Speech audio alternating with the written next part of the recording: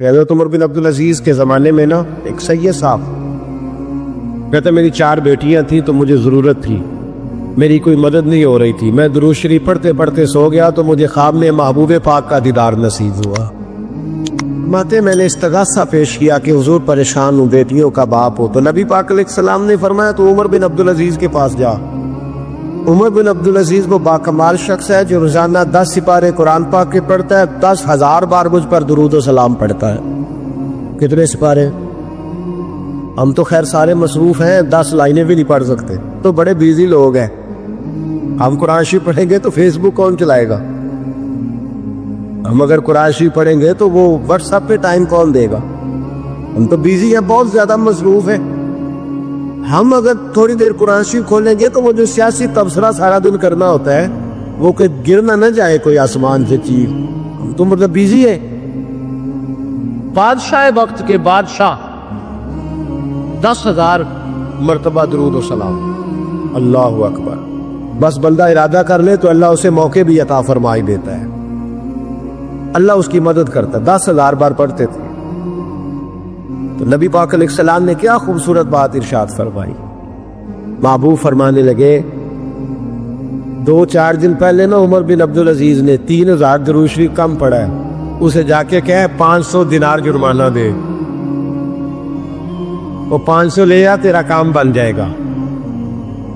جناب عمر بن عبدالعزیز کے پاس وہ سید صاحب آئے، کہتے میں سمجھا کسی درویش کا نام بتایا ہے، میں سمجھا کسی خانقاہ کے سجادے کی بات ہے، کسی مسجد کے خطیب کی، کسی ادارے کے محتمم کی بات، لیکن جب میں ان کے علاقے میں آیا میں نے پوچھا عمر بن عبدالعزیز کون ہے، تو لوگوں نے کہا وہ تو ہمارے حکمران ہیں۔ میں نے کہا بادشاہ، لے چلو۔ جب میں گیا تو بڑا عالی شان جبہ، سر پر تاج، دائیں بائیں دربار میں لوگ۔ پھر میرے دل میں خیال آیا میں غلط آدمی کے پاس تو نہیں آ گیا، یہ کون شخص ہے؟ لیکن جب میں لوگوں سے پوچھا کہ یہ عمر بن عبدالعزیز ہی ہے، کابو ہی ہے، کہتے میں ان کے قریب گیا، دیکھو راز کھول رہے، کہتے میں کان میں جا کے کہا 10,000 درود شریف پڑھتے ہو؟ کہتے انہیں شاخ لگا، جھٹکا، یوں دیکھا، تجھے کس نے بتایا؟ میں نے کہا کوئی ہفتہ سوا پہلے 3,000 کم بھی پڑھا ہے۔ کہتے ہیں وہ تو چٹھرنے لگے، فٹافٹ میرا بازو تھاما، کھولنے میں لیتے، کہنے لگے یہ تو میری بیوی کو بھی نہیں پتا کہ میں پڑھتا ہوں، یہ تو میرے خاص خادم کو بھی نہیں پتا، یہ تو میرا اور خدا کا، میرا اور مصطفیٰ کا راز ہے، اللہ رسول سے میرا راز ہے، تجھے کیسے پتا چلا؟ کہتے ہیں سید صاحب کہتے ہیں میں نے ان سے کہا کہ جن کے ساتھ آپ کا راز ہے مجھے انہوں نے ہی بتایا ہے، رازدار میں ہی بتایا ہے، اور محبوب نے فرمایا میں سید ہوں، مجھے گھر میں ضرورت تھی، صدقہ زکوٰۃ لے نہیں سکتا، مجھے حضور نے کہا جا اسے کہا تجھے 500 دینار دے۔ کم پڑھا درود شریف؟ تو کہتے ہیں حضرت عمر بن عبدالعزیز ایک ستون کے پاس چلے گئے اور ستون پر انہوں نے بازو رکھے، چہرہ رگڑ کے چیخے مار کے روئے، تو وہ میر حرم، میں غریب بے نوا، تو کجا من کجا، کتھے مہر علی تے کتھے تیری ثنا، گستاخ اکھی کتھے جاڑیا، کیسے آقاؤں کا بندہ ہو رضا، بول بالے میری سرکاروں کے، رونے لگے، اتنا روئے کہ ان کی طرف سے میں بھی رونے لگا۔ فرماتے ہو میرے اندر بات تھی کہ یہ درویش ہونا چاہیے تھا، یہ ماجرا کیا ہے؟ فرماتے جناب عمر بن عبدالعزیز جب کچھ ٹھنڈے ہوئے نا طبیعت ان کی، تو بازو سے پکڑ کے مجھے ایک حجرے میں لے گئے، اس کمرے کی طرف سارا محل سارا دربار گزر گیا، اینڈ پہ ایک حجرا آیا، باہر بڑا خوبصورت اس کے اچھا دروازہ بنا ہوا ہے، قیمتی، لیکن فرماتے ہیں جب کھول کے اندر گئے تو اندر کچا مکان، ایک مٹکا، 2 پیالے مٹی کے، کچھ بڑے بڑے سامان پڑے ہوئے، رسیاں پڑی ہوئی ہے، سینے کا سامان ہے، کھجور کی چھال پڑی ہے، کچھ ٹوکریاں پڑی۔ جناب عمر بن عبدالعزیز نے چٹائی اٹھائی، چٹائی سے 500 دینار نکالے اور مجھے دیے، اور کہتے ہیں جب انہوں نے اوپر سے جبہ اتارا تو نیچے سے پھٹا پرانا لباس نکل آیا. اوپر سے جب انہوں نے وہ اتارا تاج تو کھجور کی چھال کی پرانی ٹوپی نکلی. تو میں نے کہا حضور یہ کیا ہے سارا کچھ؟ تو رو پڑے, کہنے لگے اب تجھے رازداروں نے بتایا ہے تو میں کیوں نہ بتاؤں, اب تجھے انہوں نے بتایا ہے جو رازدار تھے تو میں کیوں نہ بتاؤں. فرمانے لگے یہ جو میں نے اوپر لباس پہنا ہوا ہے نا یہ بندوں کو دکھانے کے لیے, اور یہ جو میں نے اندر پہنا ہوا ہے یہ رب کریم کو دکھانے کے لیے. باہر اگر میں حکومت نہ سنبھالوں اور اس طرح نہ بیٹھوں تو انصاف کون قائم کرے. فرمانے لگے اللہ کی قسم 10 روپے بھی کبھی مال خزانہ سے نہیں لیے. میں رات جب فارغ ہوتا ہوں تو میں اور میری بیوی یہاں آ کے بیٹھتے ہیں. وہ بچوں کے پاس بیٹھ کے ٹوپیاں سیتی ہے تو میں یہاں بیٹھ کے ٹوپیاں سیتا ہوں. ٹوپیاں سیتا رہتا ہوں, مصطفیٰ پر درود و سلام پڑھتا رہتا ہوں, چٹائیاں بناتا رہتا ہوں, بیچتا رہتا ہوں. اور فرمانے لگے تھوڑے تھوڑے کر کے نا میں نے پیسے رکھے تھے. خیال تھا کہ کوئی غریب آئے گا تو مدد کروں گا, خیال تھا کہ اگر ارادہ بنا تو آج پہ جاؤں گا. مجھے کیا خبر تھی کہ میرے یہ پیسے اتنے نصیبوں والے ہیں کہ میں اپنے نبی کے حکم سے خرچ کروں گا, اپنے محبوب کے کہنے پر. اتنے میرے نصیب, اتنا میرا مرتبہ اور مقام. میرے عزیزو, ان لوگوں کے جب راز کھلیں گے, ان لوگوں کے جب راز کھلیں, ان لوگوں کے جب راز کھلیں گے تو انہیں اللہ بڑے درجے عطا فرمائے گا, ان کو اللہ بڑے مرتبے اور بڑے مقام عطا فرمائے. ان پر اللہ تبارک و تعالیٰ کی خاص رحمتیں ہو. وہ لوگ جنہوں نے نام و نمود نہیں بنایا, چھپ چھپا کے دین کی نوکریاں کرتے رہے, کونے میں ہو کر کام کرتے رہے, انہیں اللہ جب اجر دے گا تو بڑا دے گا. میرے رسول کریم صلی اللہ تعالیٰ علیہ وآلہ وسلم ہجرت سے چند دن پہلے نا خانہ کعبہ کو اندر سے دیکھنے کا دل کیا میرے نبی پاک کا.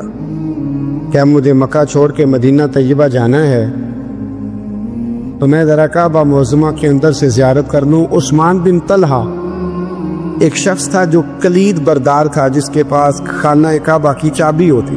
حضور صلی اللہ تعالیٰ علیہ وسلم نے اس سے کہا کہ بھائی چابی ذرا دے دو, میں خانہ کعبہ کے اندر سے زیارت کرنا چاہتا ہوں.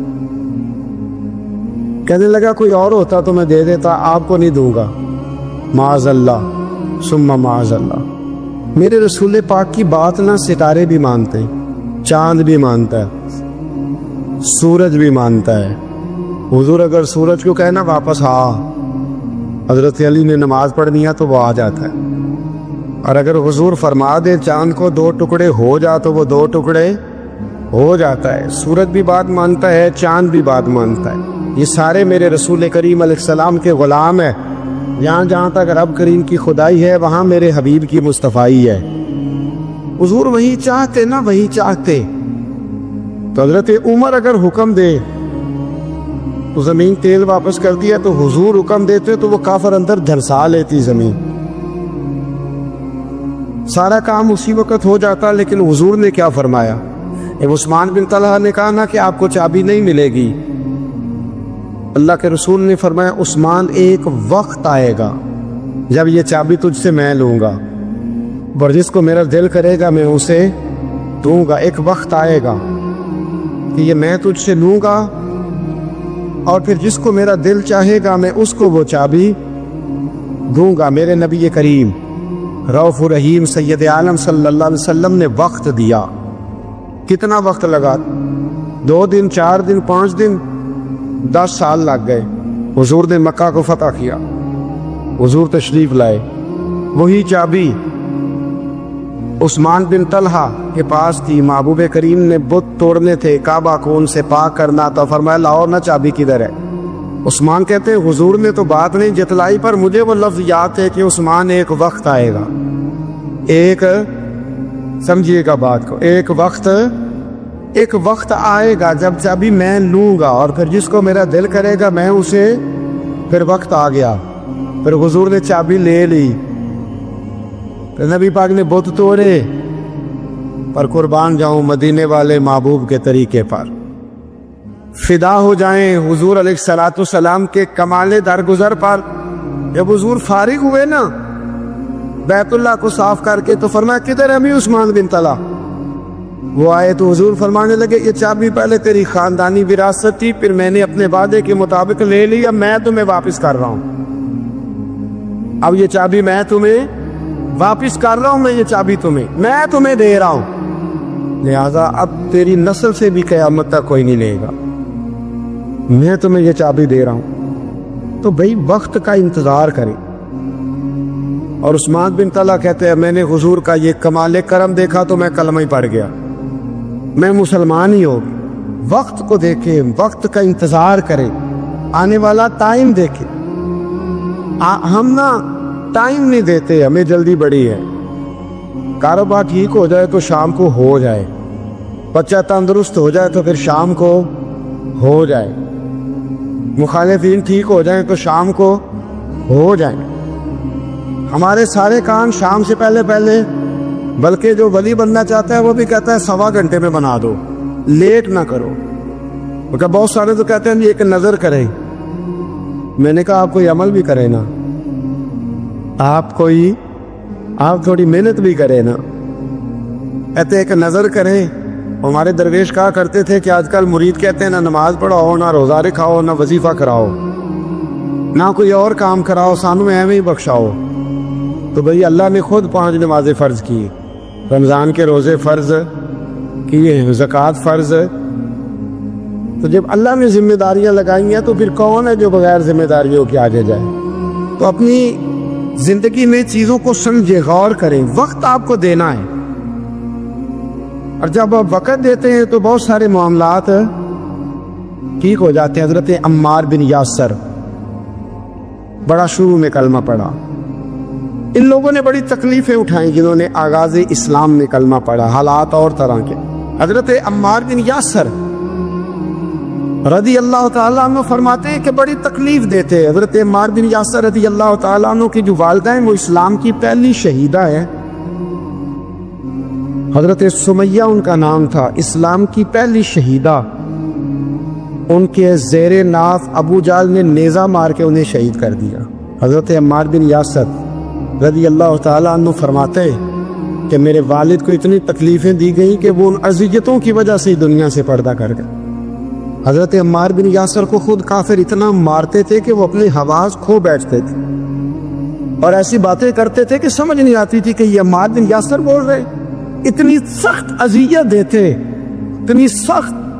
دکھ قبول محمد بخشا، راضی رہن پیارے، دکھ قبول محمد بخشا، بس راضی رہن۔ اتنی تکلیف دیتے کہ حضرت عمار بن یاسر حواس کھو بیٹھتے، تکلیف میں آتے، بڑا سہا، بڑا برداشت کیا۔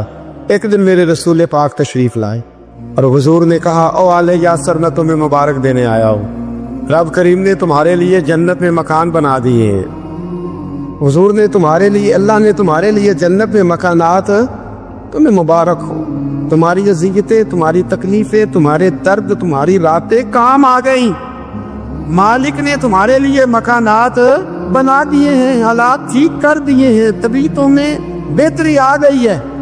میرے محبوب کریم رؤوف الرحیم سید عالم نور مجسم شفیع معظم آقا دو عالم صلی اللہ تعالی علیہ وسلم نے انہیں خوشخبری سنا دی۔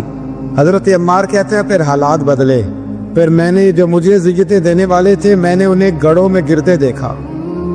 آپ فرماتے ہیں ابو جہل کی لاش اٹھانے والا بھی بدر میں کوئی موجود نہ تھا، اور ابو لہب جو مجھے تکلیفیں دیتا تھا وہ مکے کے چوک میں مرا ہوا پڑا تھا، پر کوئی اس کے قریب جانے والا بھی موجود نہ تھا، کوئی نہیں تھا۔ آپ فرماتے ہیں وہ حالات بھی۔ حضرت عمار کا اپنا کیا حال ہوا؟ حضرت خالد بن ولید رضی اللہ تعالیٰ عنہ بڑے بہادر ہیں، حضور نے فرمایا یہ اللہ کی تلوار ہے، یہ اللہ کی، بڑے بہادر تھے، بڑے شیر دل تھے۔ فرماتے ہیں کبھی معذرت نہیں کرنی پڑی، کبھی جھکنا نہیں پڑا، کبھی کسی کی منت نہیں کی۔ اللہ نے طاقت اتنی عطا فرمائی تھی، ہمت، حوصلہ، صبر، استقامت اتنا دیا، کبھی کسی جگہ پشت نہیں لگی۔ لیکن فرماتے کسی وجہ سے نا ایک دن میرا عمار بن یاسر کے ساتھ کسی بات پہ اختلاف رائے ہو گیا، جھگڑا ہو گیا۔ توجہ ہے میری بات پر؟ حضرت عمار بن یاسر کہتے ہیں حضرت خالد بن ولید کے ساتھ، جناب خالد بن ولید کہتے ہیں میری ان کے ساتھ نا کسی بات میں اختلاف رائے ہو گیا، تو میں اب دلیر آدمی تھا، شیر آدمی تھا، کبھی جھکا نہیں تھا، کبھی کوئی معاملہ نہیں ہوا تھا، کبھی کوئی ایسی بات نہیں ہوئی تھی۔ آپ فرماتے ہیں جب رائے کا اختلاف ہو گیا نا، بات ذرا آگے بڑھ گئی تو نبی کریم صلی اللہ علیہ وسلم تک بات پہنچی، تو میرا یہ خیال تھا کہ حضور میری بھی سنیں گے، عمار بن یاسر کی بھی سنیں گے، پھر حضور کوئی فیصلہ کریں گے پر قربان جاؤں۔ وقت بدل گیا ہے نا، اب بہت بڑے چودھری ہیں، بڑے سردار ہیں، بڑے سپہ سالار ہیں حضرت خالد بن ولید، پر وقت بدل گیا۔ حضرت خالد بن ولید کہتے ہیں جب میں نے نبی کریم کی بارگاہ میں بات عرض کی، حضور تک بات پہنچی، تو میرے مصطفیٰ نے موٹی سی بات ارشاد فرمائی۔ رسول کریم فرمانے لگے بھئی بات مختصر سی ہے، جس نے عمار کو راضی کر لیا اس نے مجھے راضی کر لیا، اور جس نے اسے ناراض کیا اس نے مجھے ناراض کیا۔ فرماتے ہیں بس میری قیمت پڑ گئی، میرا قد اونچا ہو گیا۔ حضرت خالد بن ولید کہتے ہیں میں نے بھی کہا اب بات کیا کرنی ہے، اب تو گزارش ہی کرنی ہے، اب مدعا کیا سنانا ہے، اب تو بات کرنی ہے۔ فرماتے میں آگے بڑھا، اور جیسے بھی ہوا میں نے حضرت عمار بن یاسر کو راضی کیا۔ حضرت عمار کہتے ہیں ایک وقت وہ تھا اور ایک وقت یہ ہے، جب دونوں وقتوں کو دیکھتا ہوں تو کہتا ہوں الحمدللہ رب العالمین، یہ ساری تعریفیں اس رب کے لیے ہیں جو تمام جہانوں کو پالنے والا۔ وقت دے معاملات کو، ٹائم دے۔ آپ دیکھیں اللہ تبارک و تعالیٰ بڑا قریب ہے، وقت کے ساتھ جب چیزیں تبدیل ہوتی ہیں اپنے ٹائم کے۔ حضرت بلال حبشی رضی اللہ تعالی، بڑا مشکل نہیں، اکیلا آدمی، غریب آدمی، مکے کے سارے سرداروں کے قابو آ گیا۔ حضرت حسان کہتے ہیں میں نے خود اپنی آنکھوں سے دیکھا حضرت بلال کے گلے میں رسی ڈال کے بچے کھینچا کرتے تھے۔ یار خاصا مشکل کام نہیں، امیہ بن خلف ڈنڈوں سے مارتا ہے، آپ کے ہاتھ اور پیر چارپائی کے نیچے رکھ کے تو اوپر بیٹھے رہتے بڑی بڑی دیر، بڑی تکلیف نہیں، بڑی اذیت نہیں، لیکن حضرت بلال حبشی فرماتے ہیں پھر میں نے وہ سارے دکھ مٹتے دیکھے۔ وقت بیت گیا، وہی امیہ بن خلف ایک دن گھوڑے پہ تھا، گھوڑے اپنے کو تیار کر رہا تھا، لگام ڈال رہا تھا۔ حضور علیہ السلام گزرے تو فرمایا کیا کر رہے ہو؟ کہنے لگے اس گھوڑے پر بیٹھ کے آپ کو شہید کروں گا۔ تو حضور فرمانے لگے تیاری کر لے، تجھے قتل میں نہیں کرنا۔ پھر جنگ کے موقع پہ نا ہلکی سی خراش لگائی رسول پاک نے اسی یا گلے پہ، تڑپتا تھا، روتا تھا، سسکتا تھا۔ لوگ کہتے تھے امیہ کیا ہو گیا، اتنا سیانا بندہ یہ کیا کرتا ہے؟ تو کہنے لگا تمہیں پتہ نہیں مجھے تکلیف کتنی ہے، ضرب تو چھوٹی ہے پر تمہیں پتہ نہیں لگائی کس نے ہے تو چھوٹی پر تمہیں خبر نہیں کہ لگائی کس نے ہے، کس نے یہ ضرب لگا دی ہے۔ پھر تڑپ کر سسک کر مرا۔ حالات بدل جاتے ہیں، حالات میں تبدیلیاں آ جاتی، ہم وقت نہیں دینا چاہتے۔ ہمارے اندر جو حوصلے کی کمزوری ہوتی ہے، ہمارے اندر جو وہ ایک بہت بڑا معاملہ ہوتا ہے کہ کسی بھی طریقے سے یہ معاملہ ختم ہو، کسی بھی طریقے سے شفا ہو، جلد از جلد ہم اس پار سے نکلے، تو یہ بات ہماری درست نہیں ہے، ہمیں وقت دینا چاہیے۔ حضرت سیدنا عاصم بن ثابت بن قیس بخاری میں بھی موجود ہے، اور بھی بہت ساری کتب میں یہ روایت موجود۔ حضرت عاصم بن ثابت بن قیس رضی اللہ تعالیٰ عنہ، آپ نے نا جنگ احد میں بڑی دلیری کے ساتھ آپ لڑے تھے۔ 2 لوگوں کا آپ نے قتل کیا تھا، مصافے اور حارث کو۔ ان کی والدہ سلافہ بنت سعد، سلافہ بنت سعد بڑی مالدار عورت تھی، بڑی تیز تھی۔ اس نے قسم کھائی تھی کہ میرے 2 بیٹے چونکہ حضرت عاصم بن ثابت نے قتل کر دیے، اس نے قسم کھائی تھی کہ میں نا معاذ اللہ انہیں قتل کراؤں گی اور ان کی گردن اترواؤں گی اور ان کی کھوپڑی میں شراب بھر کے پیوں گی۔ جملے بولنے والے کئی دفعہ بڑا ہی بول جاتے ہیں۔ حضرت عاصم بن ثابت بن قیس رضی اللہ تعالیٰ، سلافہ بن سعد کہنے لگی کہ میرے بیٹے چونکہ انہوں نے قتل کیے تو 100 اونٹ دوں گی جو انہیں شہید کرے گا، اور پھر میں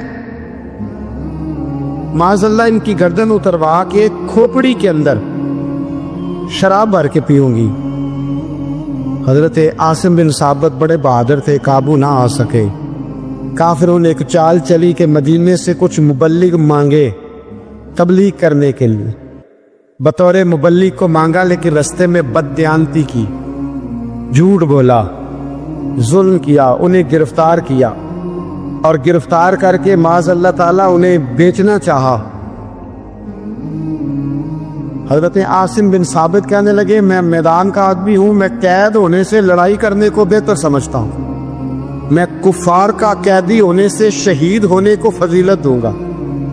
تلوار نکال لی، لیزے نکال لیے، لڑنے لگے۔ اب اکیلا آدمی اور سامنے درجنوں بیسیوں لڑنے والے، سب کا رخ جب انہی کی طرف ہوا، حضرت عاصم بن ثابت بن قیس رضی اللہ تعالیٰ عنہ سمجھنے لگے اب شہید ہو جاؤں گا، تو آپ نے ایک دعا مانگی، کہنے لگے اے اللہ میرے بدن کی حفاظت کرنا، اے اللہ میرے وجود کی حفاظت کرنا، گویا میری لاش کی یہ بے حرمتی نہ کرے، اللہ حفاظت کرنا۔ شہید کر دیے گئے۔ جیسے ہی آپ شہید ہوئے تو وہاں تو منت یہ تھی نا معاذ اللہ کے گلا کاٹیں گے اور معاذ اللہ کھوپڑی میں شراب پیئیں گے، انہوں نے دعا کر دی یا اللہ حفاظت کرنا۔ آپ سب بھی دعا کریں یا اللہ ہماری حفاظت فرما، اے اللہ دنیا میں بھی حفاظت فرما، قبر میں بھی حفاظت فرما، حاسدوں سے، شریروں سے، مفسدوں سے، اے اللہ حفاظت کرنا، یہ دعا فرمائی۔ جب آپ شہید کر دیے گئے نا، لاش مبارک قریب تھی، تو کافر گردن کاٹنے کے لیے آگے بڑھے تو سینکڑوں کی تعداد میں شہد کی مکھیاں آ گئیں، انہوں نے گھیرا ڈال لیا سارے وجود کو۔ اب کتنی کو مکھیاں اڑائیں، ایک کو اڑاتے ہیں 10 اور آ جاتی ہیں، 2 کو اڑاتے ہیں 10 اور ان کا خیال تھا شاید وجود کاٹنے آئی ہیں، وہ چلے گئے، کہنے لگے شام کو جب مکھیاں چلی جائیں گی تو دوبارہ آئیں گے، لیکن جب مکھیاں اڑی تو انہوں نے وجود کو چھوا بھی نہیں تھا، انہوں نے وجود کی حفاظت کی، دعا مانگی تھی اے اللہ ان سے میری حفاظت فرما، مجھے ثابت قدم رکھ۔ مکھیوں نے وجود کو چھوا بھی نہیں، اور جب رات ہوئی تو نہ بادل تھے، نہ پانی تھا، نہ ہوا تھی، لیکن اللہ نے پانی بھیجا، بارش آئی، اور حضرت عاصم بن ثابت کی لاش کو بہا کے لے گئی، وجود بہا کے لے گئی۔ سویرے ڈھونڈتے رہے پر ان کا وجود کسی کو ملا، بعد مرن دے مکھڑا میرا ہو جاوے جے تازہ، پھر سمجھ لینا محبوب میرے نے آن پڑے ہے جنازہ، پھر سمجھ لینا محبوب میرے نے آن پڑے ہے۔ اور ایک شعر پڑھنا دوں چلا کے گولڑا کا، کئی دفعہ پڑھتا ہوں آج پھر نہ کہہ دوں، کہنے لگے بے قدرہ کو قدر نہ جاتی، کیتی خوب تسلی ہوں، دنیا دار پجاری زرد کتیاں دے کل ٹلی ہو، بک بک روشن اکھیاں تکے او ویک حویلی کلی ہو، کوچ نصیر آسان جدوں کیتی پہ جانی تر تھلی ہو۔ تو یاد رکھ میرے بھائی، جب آپ ثابت قدم، حضرت خباب رضی اللہ تعالی عنہ، بخاری میں ذکر ہے، کتب حدیث میں، کتب سیرت میں ذکر، حضرت خباب رضی اللہ تعالی عنہ نے اس وقت کلمہ پڑھا جب ابھی 5 لوگ کلمہ پڑھتے تھے، کل بندے السابقون الاولون۔ آپ فرماتے ہیں جس عورت کا میں غلام تھا نا، ام انمار اس کا نام تھا، وہ مجھے بڑی سخت سزائیں دیتی تھی۔ آپ لوہار کا کام کرتے تھے، سلاخیں، آپ کو پتہ ہے لوہار سلاخ رکھتا ہے پہلے آگ میں بھٹی میں، پھر وہ جب پوری طرح تپتی ہے پھر کچھ بنتا ہے، لوہار کا کام کرتے تھے۔ آپ فرماتے ام انمار میرے ساتھ یہ کرتی کہ مجھے سخت اذیت دیتی، کلمہ چھوڑنے پر مجبور کرتی۔ ایک دفعہ تو ایسے ہوا کہ اس نے کافروں کی ڈیوٹی لگائی، میں گلی سے گزر رہا تھا، مجھے نہیں پتا تھا ان کی پہلے سے تیاری، انہوں نے کوئلے جلا کے رکھے ہوئے تھے، مجھے پکڑا، میرا کرتا زبردستی اتارا، کوئلوں پہ لٹا دیا اور میرے وجود پر وزنی پتھر رکھ دیے۔ فرماتے ہیں میری چربی پگھلی تو کوئلے بجھے۔ یہ شہادت گاہ الفت میں قدم رکھنا لوگ آسان سمجھتے ہیں مسلمان ہونا، زخم پہ زخم کھا کے جی، خون نے جگر کے گھونٹ پی، آہ نہ کر لبوں کو سی، یہ عشق ہے کو دل لگی نہیں، اس میں بڑی برداشت کرنی پڑتی ہے۔ آپ فرماتے ہیں کہ حضور علیہ السلام نا خانہ کعبہ کی دیوار کے ساتھ ایک لگائے بیٹھے تھے، میں ایک دن حاضر، مجھے بڑی تکلیف دیتے تھے، کہتے ہیں جب میں کام کر رہا ہوتا تھا تو میری مالکن آتی تو وہ نکال کے نا سلاخ تو میرے سر پہ رکھ دیتی، میرا سارا وجود زخمی تھا۔ حضور خانہ کعبہ کی دیوار سے ٹیک لگائے بیٹھے تھے، میں حاضر ہوا تو محبوب کریم بھی اٹھے، تو حضور علیہ السلام سے میں نے عرض کی حضور دیکھیں مجھے کتنی تکلیف دی جاتی، تو ابھی فرمانے لگے بس اتنی، فرمایا تم سے پہلے لوگوں کے سروں پر آرے رکھ کے 2 حصوں میں چیر دیا جاتا تھا، لوہے کی کنگھیوں سے ان کے وجود ادھیڑ دیے جاتے تھے، پر وہ سی نہیں کرتے تھے، اف نہیں کرتے تھے۔ میں خبردار بس اتنی۔ اور پھر میرے حضور نے ہاتھ اٹھائے، کہا اے اللہ خباب کی مدد فرما، اے اللہ خباب کی، اتنے لفظ ادا کی۔ حضرت خباب کہتے ہیں پھر میں نے وقت کو وقت دیا، پھر میں نے حالات کو وقت دیا، پھر میں نے اپنے محبوب کی دعا کو قبول ہوتے دیکھا۔ فرماتے ہیں وہ میری مالکن یہ مجھے تکلیف دیتی تھی، اذیت دیتی تھی، پر اس کا حال یہ تھا کہ اس کے سر میں درد اٹھا، اور جس طرح کتا چیختا ہے جب اسے مارا جاتا ہے تو وہ چلاتا ہے، اس طرح وہ آوازیں نکالتی۔ پھر وہ بہت بڑے طبیب کے پاس گئی تو اسے کسی نے کہا کہ لوہے کی سلاخوں سے اپنے سر کو دگوایا کر، داغ دیا کر، اسے جلایا کر جگہ جگہ سے، تاکہ تیرے اندر کا درد ختم ہو۔ تو آپ فرماتے ہیں پھر لوگوں میں نے صبر اور استقامت کا رزلٹ دیکھا کہ وہ جو مجھے بطور سزا میرے سر پہ سلاخیں رکھتی تھی، پھر وہ بطور دوائی منگانے لگی۔ میں سلاخ گرم کر کے لاتا، اس کے سر پہ رکھتا، فرماتے ہیں پھر اسے سکون ہوتا، پھر وہ تڑپتی، اور چونکہ مجھے تو وقت یاد تھا نا، کہتے ہیں لیکن میں مصطفیٰ کریم کا کلمہ پڑھتا تھا، میں نے کبھی دوبارہ پلٹ کر اسے یہ بات یاد نہ کرائی۔ آپ وقت دیں، ماحول کو ٹائم دیں، آپ دیکھیں، ہاں یہ ضرور دیکھ لیں کہ آپ کے ضمیر کے اندر کوئی ایسی بات تو نہیں، کوئی ایسا معاملہ تو نہیں کہ جہاں آپ غلط ہیں، اور اگر ایسا نہیں پھر آپ وقت دیں آنے والے اسباب کو۔ ہم نہ بڑی جلدی ہے، ہمیں دعا کرائی ہے تو آج شام تک مسئلہ ٹھیک ہونا چاہیے، دعائی کرائی ہے تو تب یہ شام تک ٹھیک ہونی چاہیے۔ اگر ہم راہ حق کے مسافر ہیں تو شام کو ہمیں قرب الہی مل چکا ہو، حضور کی بارگاہ کے ہم حضوری ہو چکے ہیں، ایسا نہیں ہے۔ آپ وقت دیں، سفر کو جاری رکھیں، تسلسل کے ساتھ سفر کریں، سفر کے لیے جتنے اسباب کی ضرورت ہے وہ سارے اکٹھے کریں، محنت پوری کریں، جدوجہد پوری کریں، ہمت پوری کریں، لیکن پھر نتیجہ اپنے رب کریم پہ چھوڑ دیں، پھر رزلٹ اپنے اللہ۔ کئی دفعہ ہماری چاہت اور ہوتی ہے، اللہ کی حکمت اور ہو، تو اللہ کی حکمتوں پر بہت ساری چیزوں کو چھوڑے۔ دعا کرتا ہوں اللہ کے حضور اللہ ہمیں سمجھنے کی توفیق عطا فرمائے۔